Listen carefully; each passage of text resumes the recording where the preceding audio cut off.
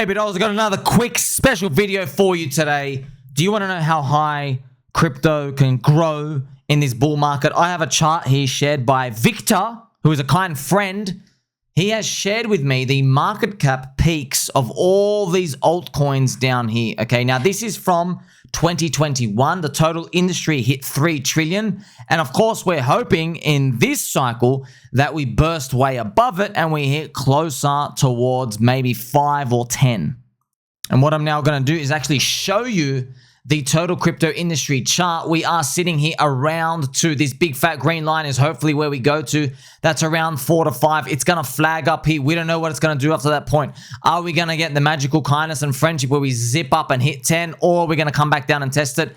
We don't know. The good thing is, though, I'm wearing a Pikachu suit and you are long from now. So let's go back, friends. Let's play some Pikachu in the jungle music. This one's going to go hard.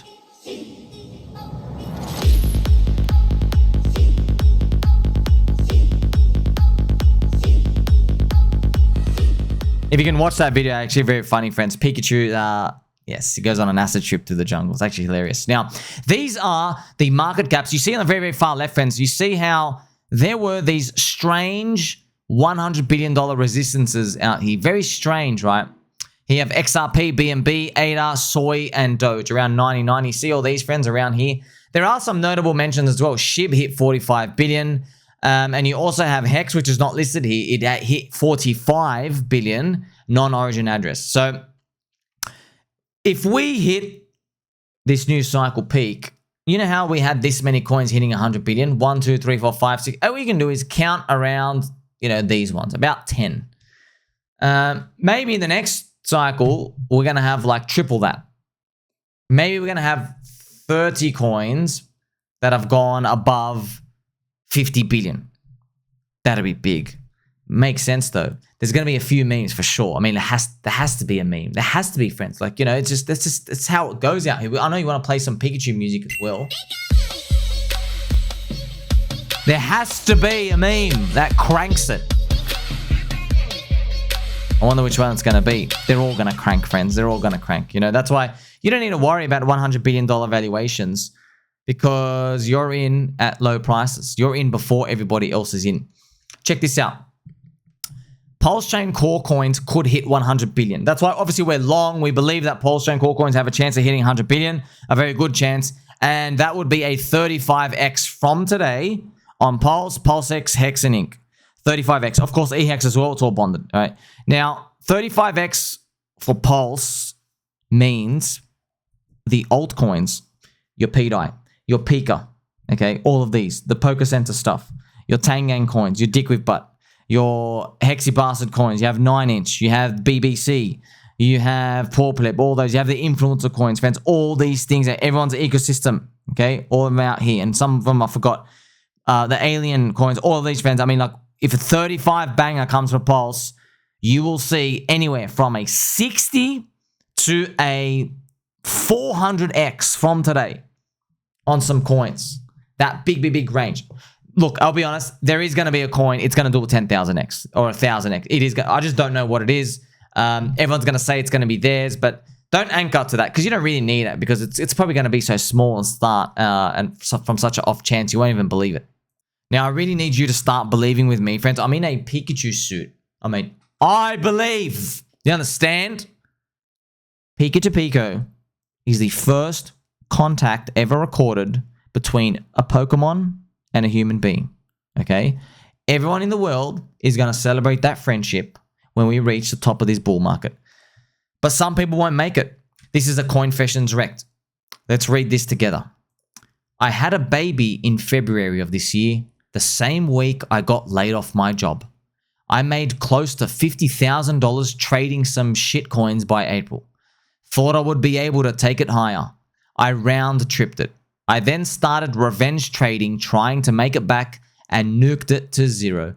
Could have taken a year off work and spent it all with my baby girl, but I effed it up. Still trying to run it back to date with no success. Took shitty part-time job now. Now I only see my baby about 3 to 4 hours a day while slaving to make ends meet.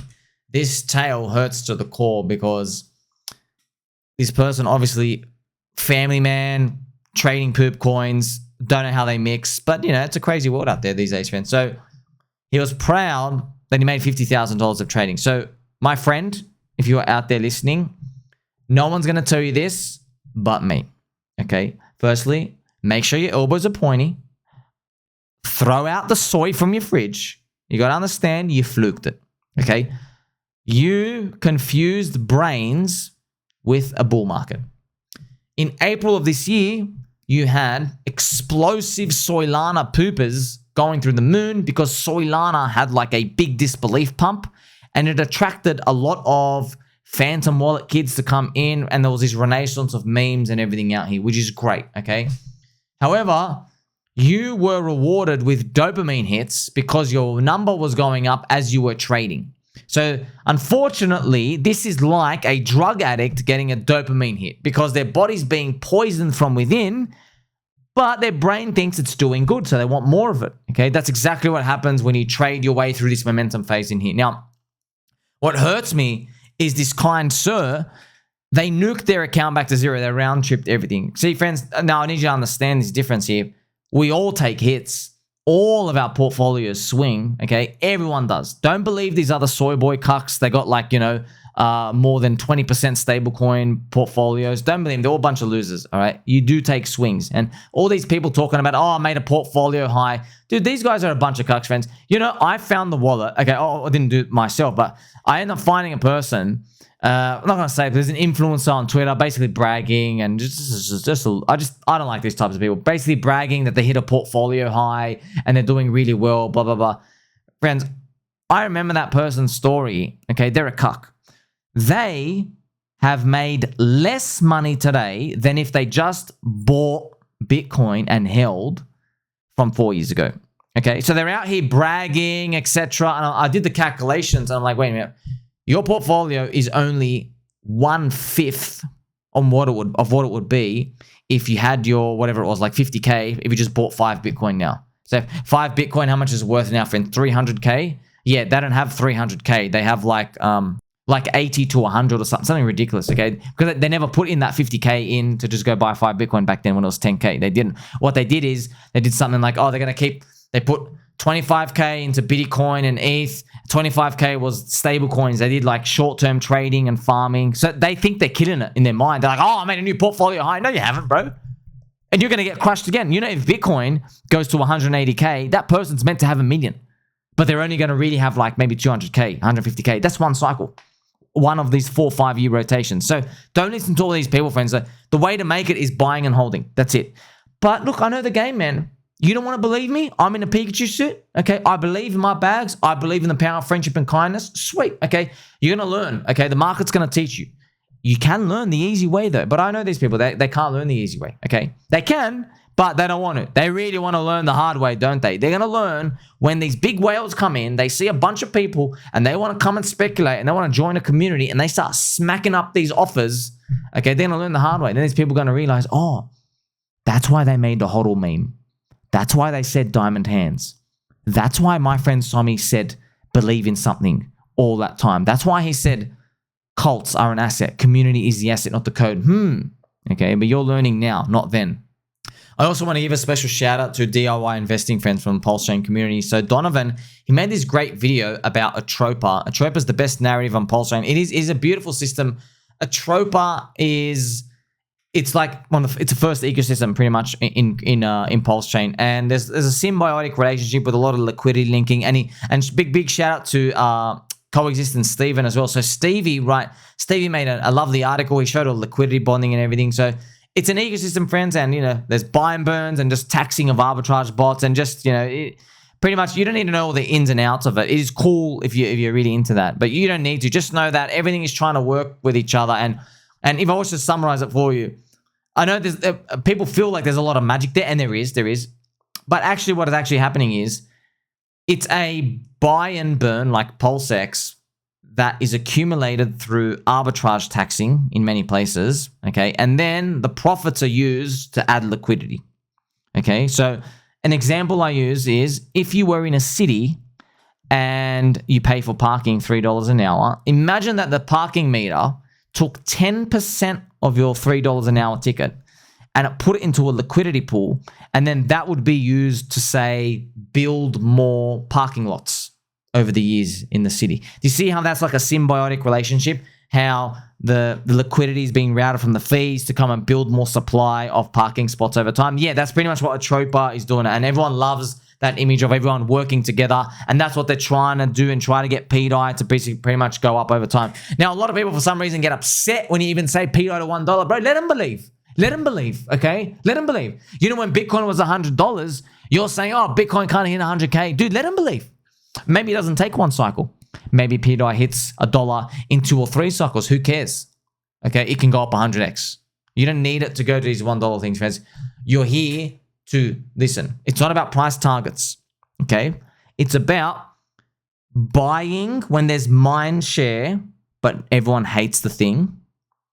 And then realizing at some point that the maturity has expanded itself too much, that it's too risky for you to hold exposure in this thing out here. So you have to sell, distribute. You have to change how your portfolio allocation is there at that moment in time. Buy low, sell high, okay?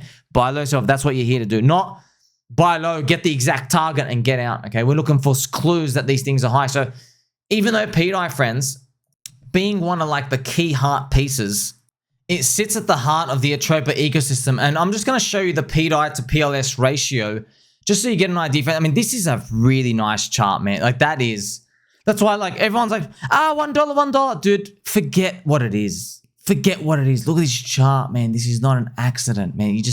You can't make this chart accidental, friends. And the candles are actually getting smaller. I mean, it's so good to see. Just to let you know, right? See up here, friends. If this chart goes up here, you see this?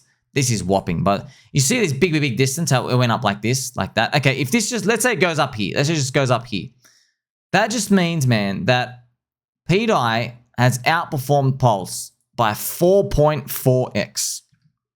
So if Pulse PLS does a 10x and that ratio can get there, that means pDAI did a 44x. And if you're curious what USD price that gives, let's go find out together, because I don't know what that is, right? We'll actually look at it right now. Where would a 44x actually take it? We can actually just, you know, have a quick look here. Let's just get a ruler. Where would 44x take it? It would take it here. We would be around 16 cents, you know? I look at ratios, friends. I don't like looking at these absolute dollars, because ratios, they remove the pricing to the currency, because it's debasing over time. It gets hard to basically like get a grip on how much value it's being losing. So shout out to Donovan for just making this video out here. I even wrote here, PulseChain could do 25x. Yeah, that thing could go 100x. My gosh. You know, so obviously not financial advice for anyone, but this is all Atropa ecosystem. And yes, friends, there's Teddy Bear on there. There's a lot of others you can go and explore. But I mean, for the most part, you're not even, look, I know the narrative, yeah, it's important, but it's not everything. Like, that chart is a representation of the narrative. You don't, like, the chart says everything. The chart says there are believers. That's it. You saw that, just grinding up. Doesn't mean it grinds up forever, but it speaks volumes. Also, shout out to my friend's kids. I walked into the lounge room, okay, and I couldn't believe what I was watching. Couldn't believe it. Pika. I wanna be the very best that no one ever was. What are the chances that I get a Pikachu suit and literally all this same period of time, Pika pumps, the Pikachu suit comes in my mail, I walk into my friend's lounge room, kids are watching the Pokemon movie. And I just put out my phone, friends, and the scene I was recording was this Pikachu rocking up. Literally just, oh man, he's just saying Pika. So it's written in the stars. The Poke Center family is growing. Now, of course, a Somi video wouldn't be complete with some UFO stuff, friends. There's an interesting take. I still have to watch this full video. I think Lou Elizondo's got a video here with Jesse Michaels. This kid's really smart. This guy's like really smart. Okay, really smart. And this gentleman, which I'm going to show you now, he saw a jellyfish UFO in the 1970s, okay? Jellyfish going up and going, and it just was going up and up, and like the jellyfish was in the water or whatever. At the bottom of it, looking at it, it looks like looking into a volcano when you see reddish and black, the lava bubbling, lava bubbling or whatever. That's what it looked like under the bottom of it. First of all, when did this occur? What year? That was in the 70s, around 73, 74, somewhere along Early there. to mid 70s. Yeah. Okay, and was that here in Washington D.C.? Yeah. So do you remember what direction you were looking at in the sky? Yeah. Check it out, friends.